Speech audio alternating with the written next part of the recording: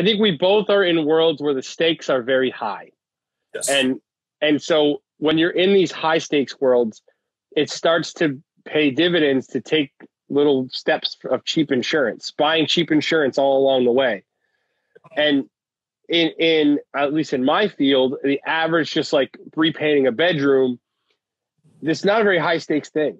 And so it doesn't, I didn't grow up being taught to take little steps of buying cheap insurance here and there to just make sure it all works out when you go to do it. Because if it didn't, you could fix it in 2 seconds. It's not a big deal. But when you get into these high level, high stakes things with timelines and the amount of time it takes to redo something, now it starts to be like, well, let's think some more. Let's spend plenty of time thinking before we do. Yeah. And we'll do something for 10 hours because we know it will work, even though we might have a solution that might work in 6. But if it doesn't work, you're back at square one, and then you're either at 12 hours or 16 hours, and so we definitely err on the side of caution of do that a little bit longer and safer to get to the result, to be very confident about what our end result is going to be versus trying something new or different or kind of half-assing it with that's definitely been my experience. And that is a lesson I had to learn the hard way because I was not taught that growing up. How do you teach it to your employees? It's a good question. A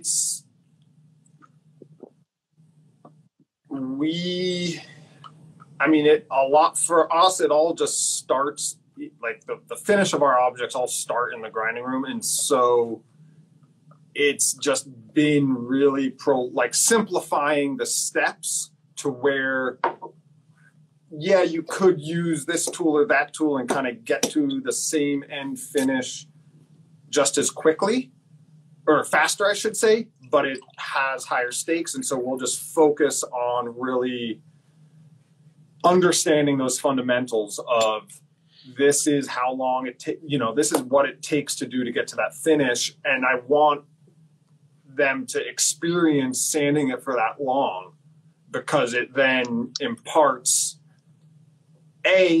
once you start using a different tool or a different process, you kind of understand how it's better because you can kind of see it changing, but then also you just handle your work pieces and you go through the grits better because just like with what you guys do, if we're bringing something up to, a 400 grit finish and we're starting at 60 or 80 grit, if you leave an 80 grit mark and you bring it all the way up to 400 and then you see it, you're going all the way back to 80, and you're starting that over again. And so I just am just take your time and make sure, just 100% be confident that you got that done. And I'm not rushing to push through of get that finish done faster. It's just take the time to do it. It's, we have a lot of high stakes work, but I would say I'm generally not cracking the whip on speed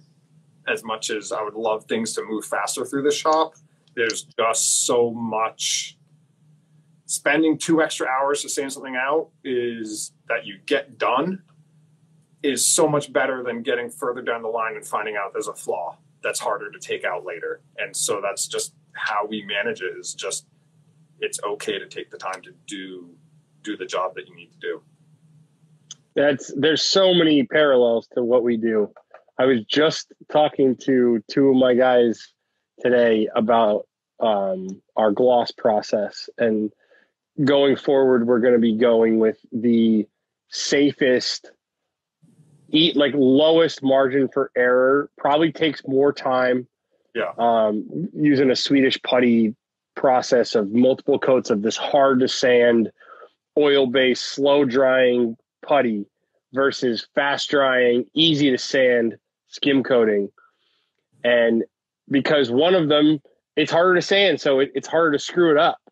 Yeah. And it's just like we were talking about, it's at this point now, we've resanded so many things.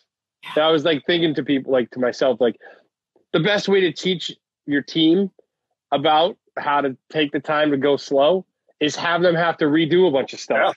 Yeah. And eventually they're like, I don't want to have to redo this thing 17 times. Yeah. Yeah. I don't have a problem that you have to redo it, but you're going to have to redo it. You're going to redo it, man. And like, I'm just, that is, I think, exactly how we manage it, that it's just, you're got to just put the time in to do it. And there's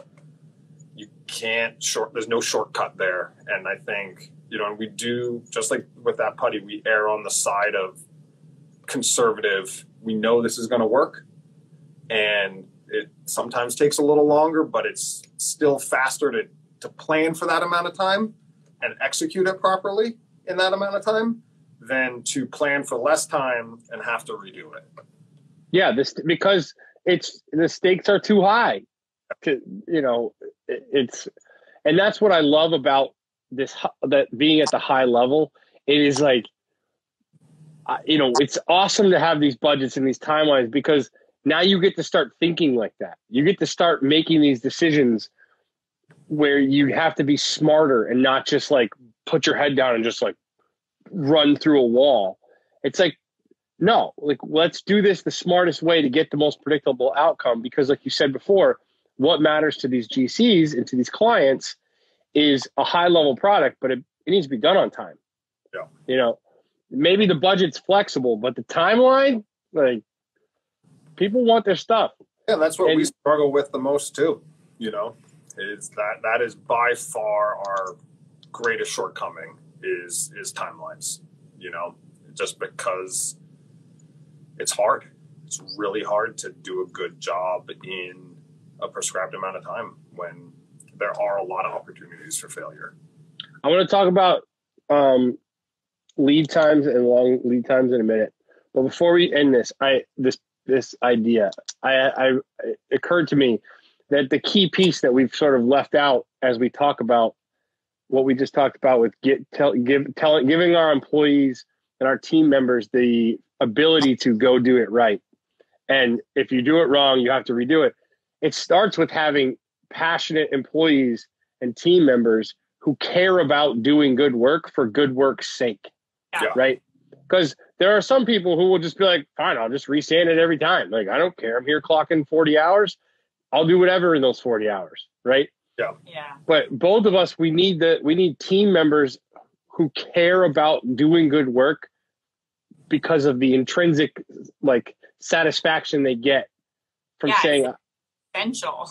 Yeah, you have to. There's no way around that. We have found that people don't last long here unless they really love what they do, because there's too much failure to not enjoy that some amount and not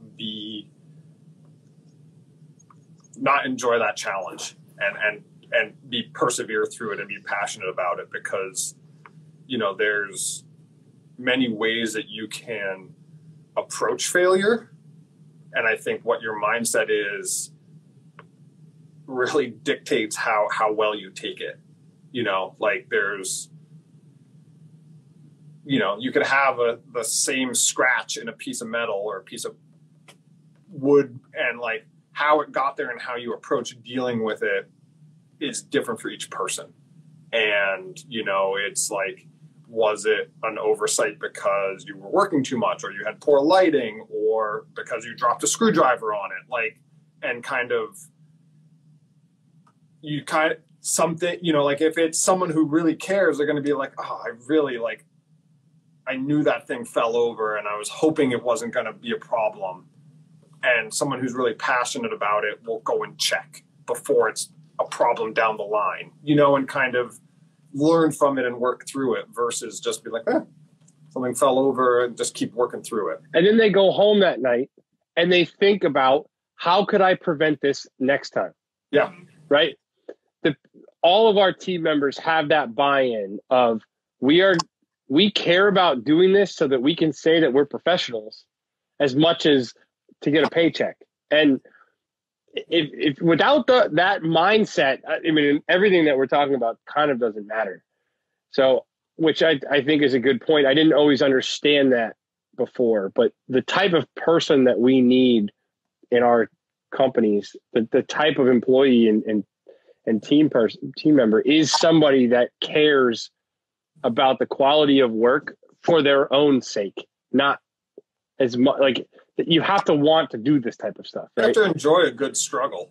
Yeah, it's a temperament for sure.